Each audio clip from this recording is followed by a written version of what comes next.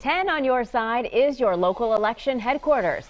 Each October, we pull back the curtain to reveal who's really paying for all those campaign signs you're seeing.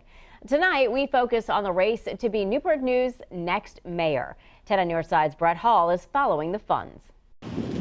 There are many firsts awaiting voters this year in Newport News. For the first time, they will cast their vote for mayor in November instead of May. And for the first time in 12 years, McKinley Price won't be on the ballot. But as much as some things change, others stay the same. And the Supreme Court has very much said that money is speech. Money and politics relationship remains healthy. Thus far, the four vying for the top job have raised a combined nearly $250,000. There's a lot of money in this election cycle, generally because of the national races. Dr. Ben Mileski is a professor of political science at Old Dominion University. He says when looking at campaign finance reports so far in this race, it's candidate Philip Jones that catches his eye. That is surprising in terms of the magnitude of how much he has raised. Jones has put nearly $185,000 in his war chest. That's roughly $100,000 more than the three other candidates combined.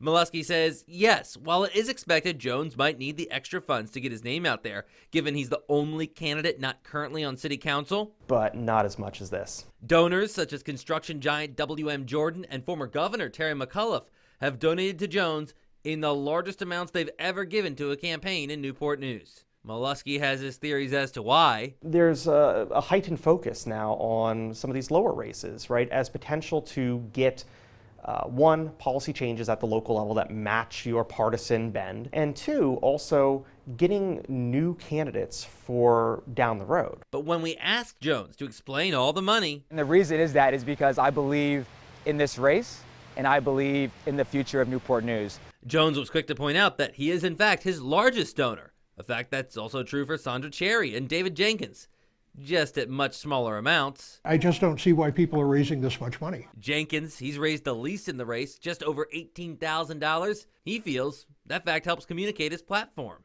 I'm in touch with what the average people want to see in their city. Jones says anyone presuming he would vote the exact wishes of his donors is wrong. As mayor of Newport News, I only answer to the citizens of Newport News. Dr. Mileski says many times campaign donations have to do with securing access to candidates.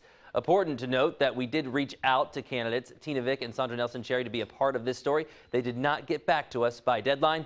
Make sure you join us every Wednesday at this time as we continue to go following the funds. Brett Hall, 10 on your side.